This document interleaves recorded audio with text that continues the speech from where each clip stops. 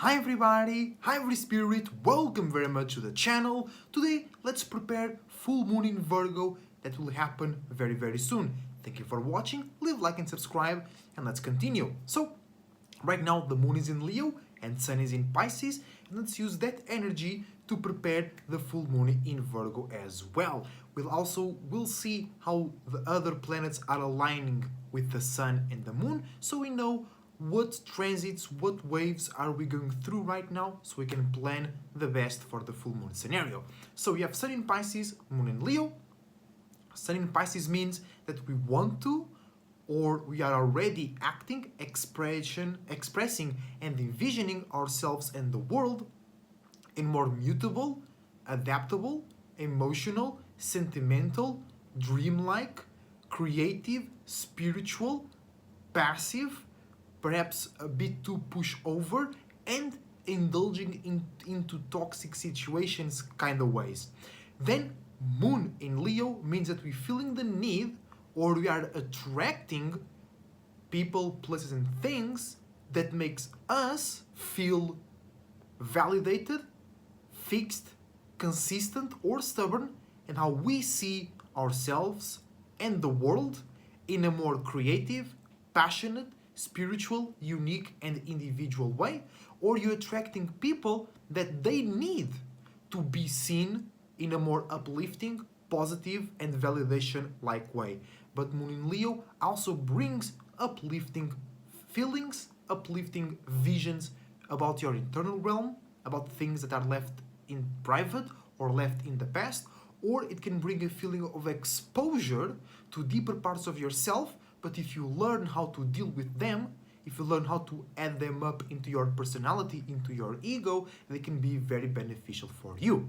So it's in conjunction though between the sun and the moon. So we are misunderstanding our wants and our needs. We are misunderstanding how we see the world and how the world is seeing us, to how we feel about the world and how the world is receiving us. The sun is in a more internal, spiritual, emotional place, and the moon is in a more expressive, unique and individual place. But it's still connected, it's still correlated through creativity, through imaginations, through spirituality, and through being able to see certain things that others or you couldn't see before.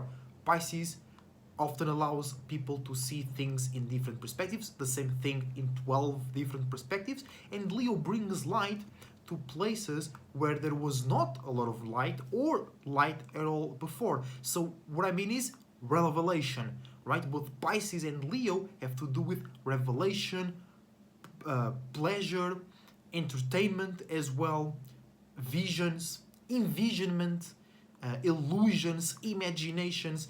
But where they coming from or how we're perceiving them, it's different. Pisces gives more purpose, Leo it's more about entertainment and I'm receiving attention or wanting to feel validated by the surroundings. Pisces is more about integrating that into the world or into a form of knowledge, a form of wisdom, a spiritual system, and then being able to to profit in terms of purpose and emotional connection, while Leo it's a bit more unique and it's a bit more to yourself or to themselves than for the sake of the connection and the sake of sharing and being mutable.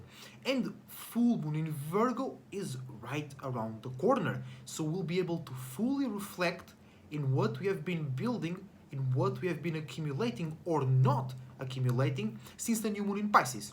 So in the first place, moon in Leo is allowing us and everybody else to be more aware of things in the subconscious realm and in our emotional realm. So it's not something that will be like, oh, it's this, it's that, I can see it.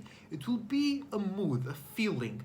Perhaps somebody will notice something in your body language, or you will notice a certain feeling, a certain part of your pattern, of your day, that will reveal something that it's probably there for a long time, but you never really pay too much attention to it. Like Sun in Leo, it's way more expressing something, saying something, seeing something and being able to point at it.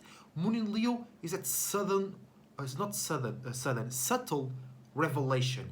You know, like something that it's there in the subconscious realm, and you start to slowly but surely see more and more and more, and then it will become a realization in your mind, kind of out of nowhere, once you collect all the dots, once you bring all the pieces together.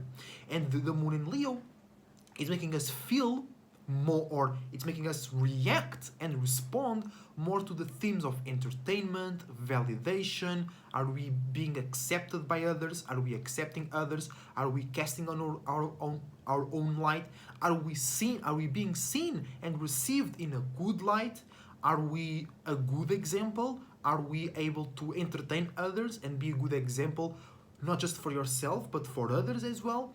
Are we able to look good and be inspiring and inspired by ourselves? You know what I'm saying? So it's all about you being a center of light, a center of attention. But it's less obvious or less expressive than the sun in Leo.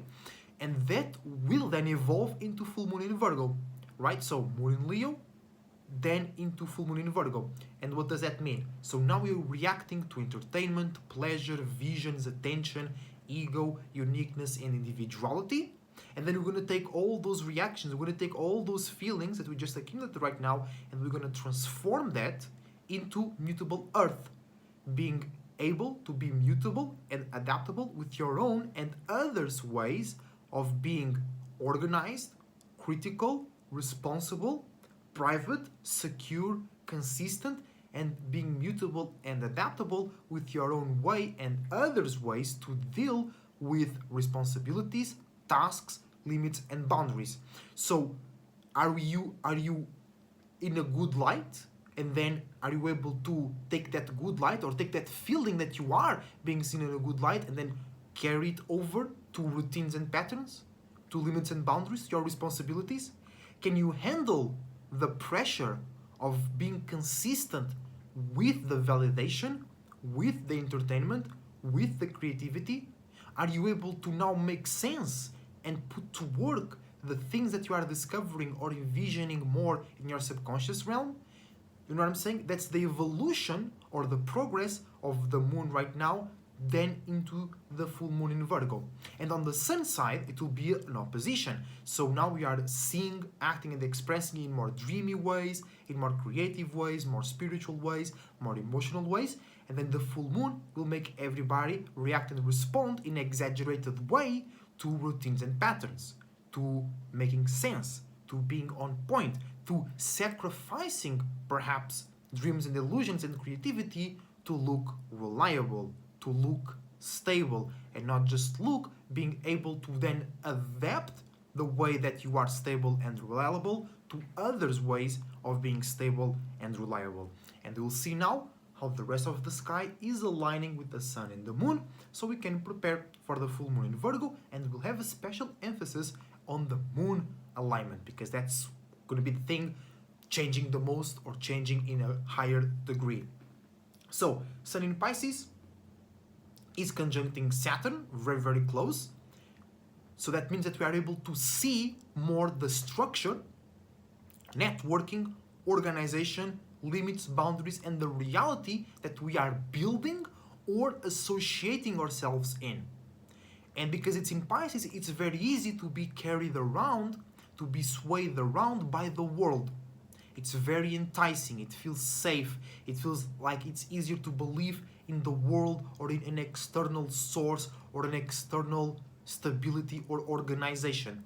But you should always have your own saying, should always have your own image, your own property when it comes to building the world, or a part of the world, or being a part of the world yourself. So it's good because we can see the details, the subconscious patterns, the spirituality behind the world, behind organizations, behind infrastructures, behind networking, behind limits and boundaries. But it's also easier for us to be used by the world, or to believe that we are building our own dream, and then we end up building somebody else's dream. So make sure to follow your path, make sure to have purpose in your life, and to have a high creative and spiritual intention with your everyday life. Saturn represents building every single day, and because you do that naturally, the way you live your day becomes your business, is your business. You know what I'm saying? Then we also, Sun in Pisces, also conjuncting Neptune, so we are able to see, express, envision, and act on big dreams, big illusions, and grandiose gifts, spiritual gifts, I mean, or grandiose spiritual traumas. And when I say spiritual, I mean that is with you, with your spirit for a long time. Past lives, or you want to build into the future to achieve that spiritual state. Then Sun in Pisces, fatal attracting Venus in Aries, seeing more the feeling, more the purpose, more the creativity, more the spirituality, and more connection in relationships or what's being related that are more intense, more real, more raw, and that deal with creating new feelings, new passions, new frustrations, new motivations, or new desires. Sun in Pisces is also sextiling Uranus in Taurus, seeing, acting, or expressing creative and spiritual opportunities to bring purpose and progress to areas of your life or the world where innovation, rebelliousness, and opposition is required to change how we and the world is obtaining stability, privacy, and security in a consistent, realistic, and efficient way.